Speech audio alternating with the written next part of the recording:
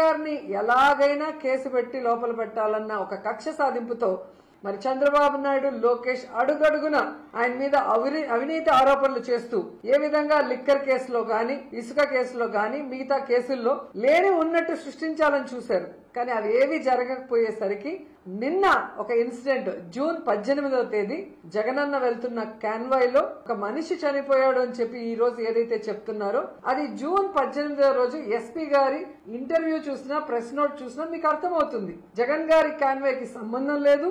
జగన్ గారి కాన్వాయ్ ముందు ఒక ప్రైవేటు వెహికల్ అతడికి గుద్దింది అని చెప్పి ఆ వెహికల్ నెంబర్ కూడా చెప్పి ఆ వెహికల్ ఎవరిదో వారి పేరు మీద కేసు కూడా రిజిస్టర్ చేయడం జరిగింది. కానీ జూన్ 22వ తేదీకి అది ఎలా జగన్మోహన్ రెడ్డి గారి కారు అయింది, జగన్మోహన్ రెడ్డి గారు మానవత్వం లేకుండా మనిషిని తొక్కించిపోయాడు అని చెప్పి అదే ఎస్పీ గారితో మాట్లాడించడం అనేది ఇక్కడ ప్రజలు గమనిస్తున్నారు అన్న విషయాన్ని చంద్రబాబు నాయుడు లోకేష్ గారు తెలుసుకోవాలి. ఎందుకంటే తిరుమలలో కూడా మనం చూసాం, నెయ్యిలో ఏ కల్తీ జరగలేదని ఈవో గారు చెప్పిన దానికి 4 రోజుల తర్వాత మళ్లీ చంద్రబాబు నాయుడు గారు బలవంతంగా ఏదో ఉంది అని చెప్పించినప్పుడు ప్రజలందరూ అర్థం చేసుకున్నారు చంద్రబాబు నాయుడు గారి కుట్ర. సో ఇక్కడ కూడా అదే జగన్మోహన్ రెడ్డి గారిని ఎలాగైనా కేసు పెట్టి ఇరికించాలి అనుకుంటున్నారు. నేను సూటిగా అడుగుతున్నాను చంద్రబాబు నాయుడు గారిని లోకేష్ ని, ఓకే మీరు చెప్పింది నిజం అని ఒక నిమిషం అనుకుందాం, డ్రైవింగ్ చేస్తున్న డ్రైవర్ మీద కేసు పెడతారా లేదా కార్లో ప్రయాణిస్తున్న జగన్మోహన్ రెడ్డి గారు గాని లేదా ఎక్స్ మినిస్టర్ల మీద కేసు పెడతారా చెప్పండి. ఎందుకంటే ఇది ఫ్యూచర్ లో కూడా జరగాలి. ఈ 1 year లో జరిగిన వాటిల్లో కూడా అలా కేసులు పెట్టాలి. ఎందుకంటే మన ఫ్లైట్ క్రాష్ అయింది, మీరు అందరూ చూసారు, ఎంతమంది ఉంటే అంతమంది చనిపోయారు ఫ్లైట్ లో. మరి దానికి ఏవియేషన్ మినిస్టర్ ఎవరండి? రామ్మోహన్ నాయుడు గారు కదా. మరి ఆయన మీద ఎందుకు కేసు పెట్టలేదు?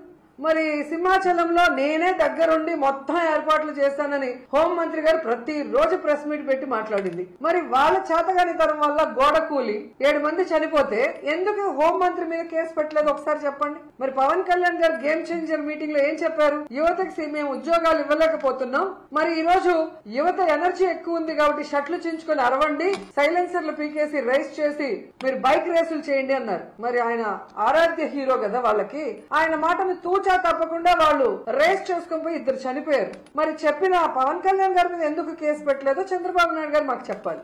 సో ఇక్కడ ప్రజలు గమనిస్తున్నారు, మీరు ఎలాగైనా జగన్మోహన్ రెడ్డి గారి మీద ఆయన మీద అభిమానంతో వచ్చే జనాల మీద నాయకుల మీద కేసులు పెట్టి జగన్మోహన్ రెడ్డి గారి మీటింగ్ కి జనాలు రాకూడదని, జగన్మోహన్ రెడ్డి అసలు రాష్ట్రంలో తిరగకూడదని మీరు చేస్తున్న కార్యక్రమం అందరూ కూడా గమనిస్తున్నారు. ఎందుకంటే మీకే డౌట్ వచ్చింది, సంవత్సరం అవుతున్నా ఈ రోజు మీరు మీటింగ్లు పెడితే ప్రజలు మీ మీటింగ్లకు రావట్లేదు. బలవంతంగా మీరు ఏ విధంగా అంగన్వాడీ వాళ్ళని, అలాగే 100 రోజులు పనికి పోయే వాళ్ళని, అలాగే సంక్షేమ హాస్టల్స్ లో ఉన్న పిల్లల్ని ఇలా మీరు ఎవరెవరిని బెదిరించి తీసుకొస్తున్నారో అన్ని మీడియాలో చూస్తున్నారు. ఆ వచ్చిన వాళ్ళు కూడా మీ స్పీచ్ వినకుండా పారిపోతున్నారు. ఇక్కడేమో జగన్ గారి కోసం రోడ్ల మీద పొలాల మీద ఇలా పరిగెడుతున్నారు అనగానే మీరు తట్టుకోలేక ఈ విధంగా కక్షపూరిత రాజకీయం చేస్తున్నారని అందరూ అర్థం చేసుకుంటున్నారు. మీరు ఇచ్చిన ఆ వీడియో ఏదైతే 36 సెకండ్లు ఉందే, మరి దాని ముందుది దాని వెనకది ఎందుకు వీడియో లేదు?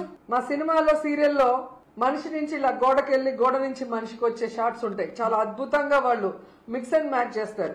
అలాగా మీరు జగన్ గారి convoy car, black car door కింద మనిషి, మళ్ళీ అక్కడి నుంచి బ్లాక్ కారు డోర్కి వచ్చి మళ్ళీ వస్తారు. ఇది ఎక్కడైనా జరిగే పనే ఉందా? ఒకవేళ అలా జరుగుంటే ఎస్పీ గారు ఎందుకు జగన్మోహన్ రెడ్డి గారి కాన్వాయ్ కాదు ప్రైవేట్ వెహికల్ పలానా నెంబరు అని ఎందుకు కేసు పెట్టాడో చెప్పాలి.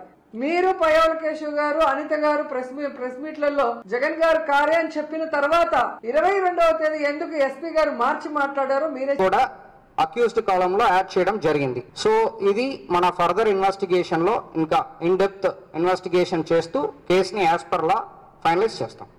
అప్పుడు ఆ రోజు ఉన్న ఎవిడెన్సెస్ అంటే ఆ రోజు ఉన్న నా దగ్గర ఉన్న ఫ్యాక్ట్స్ మేరకు ఆ రోజు ఆ వెహికల్ గురించి చెప్పాను. సో ఆ రోజు ఈవినింగ్ కూడా చెప్పాను, మళ్ళీ ఫర్దర్ గా ఇన్వెస్టిగేట్ చేస్తూ దాంట్లో ఏదైనా చేంజెస్ ఉందంటే మళ్ళీ చెప్తామన్నాను. దాని మేరకు మన ఇన్వెస్టిగేషన్ చేశాము. దాంట్లో వచ్చిన ఫ్యాక్ట్స్ మేరకు ఈ రోజు ఆ క్లారిటీ ఇస్తున్నాను. అంటే ఆ రోజు క్లారిటీగా నేను చెప్పట్లేదు, ఆ రోజు నాకున్న అవైలబుల్ ఇన్ఫర్మేషన్ మేరకు నేను చెప్పాను. ఆ రోజు అనాలిసిస్ చేయట్లేదు. ఆ రోజు నా దగ్గర ఏమి అవైలబుల్ ఉందో ఇన్ఫర్మేషన్ దాని మేరకు చెప్పాను. At the end of the press meet మళ్ళీ నేను బెటర్ క్లారిటీ ఇస్తాను ఇన్వెస్టిగేషన్ తర్వాత అన్నది కూడా చెప్పాను. సో అది లేదు, నేను అలా 100% చెప్పట్లేదు, మీరు తప్పుగా చెప్తున్నారు. లేదు, నేను అలాగే చెప్పట్లేదు. సో మనకి 18/6/2025 ఎక్సీఎం గారు సత్నపల్లి స్టాచ్యూ అన్వీలింగ్కి వెళ్ళడానికి ఒక కాన్వాయ్ అంటే 11 వెహికల్ ప్లస్ 3 వెహికల్ పర్మిషన్ ఇవ్వడం జరిగింది. కానీ మన తాడేపల్లి నుంచి సత్తెనపల్లి స్టార్ట్ చేసినప్పుడు దాదాపు 50 వెహికల్స్లో మన ఏటుకూరు రోడ్ బైపాస్ దగ్గర వచ్చినప్పుడు అక్కడ ఒక యాక్సిడెంట్ జరిగింది. యాక్సిడెంట్ జరిగినప్పుడు అక్కడ ఒక పర్సన్ లాన్లో పడుకు పెట్టడం జరిగింది. ఇన్ఫర్మేషన్ వచ్చిన తర్వాత మనం 108 అంబులెన్స్కి చెప్పి హాస్పిటల్ తీసుకొని వెళ్ళడం జరిగింది. వ్యక్తి పేరు సింగయ్య, వెంగళపాలెం నుంచి. హాస్పిటల్లో బ్రాడ్ డెడ్ అని చెప్పి డిక్లేర్ చేశారు. అప్పుడు వాళ్ళ వైఫ్ లూర్ద్ మేరీ ఇచ్చిన కంప్లైంట్ మేరకు మనకి 106 సబ్ క్లాస్ 1 మేరకు మన కేసు రిజిస్టర్ చేయడం జరిగింది. తర్వాత మనకు ఉన్న సీసీటీవీ ఫుటేజ్, తర్వాత డ్రోన్ వీడియోస్, తర్వాత అక్కడ నిలబడుతున్న వాళ్ళు తీసుకున్న వీడియోస్, ఇదన్నీ తర్వాత విట్నెస్ స్టేట్మెంట్స్ పరంగా మనకు ఎవిడెన్సెస్ వచ్చింది. దానిట్లో ఒకటి మనకి ఒక వీడియో దొరికింది. దానిట్లో ఏంటంటే ఎవరు చనిపోయారో సింగయ్య మన ఎక్సీఎం గారు వెహికల్ ఫార్చునర్ వెహికల్ వీల్ కిందకి వాళ్ళు పడిపోవడం, దాని వెహికల్ టైర్ ఎక్కుతున్నట్టు ఒక వీడియో మనకి ఎవిడెన్స్గా దొరికింది.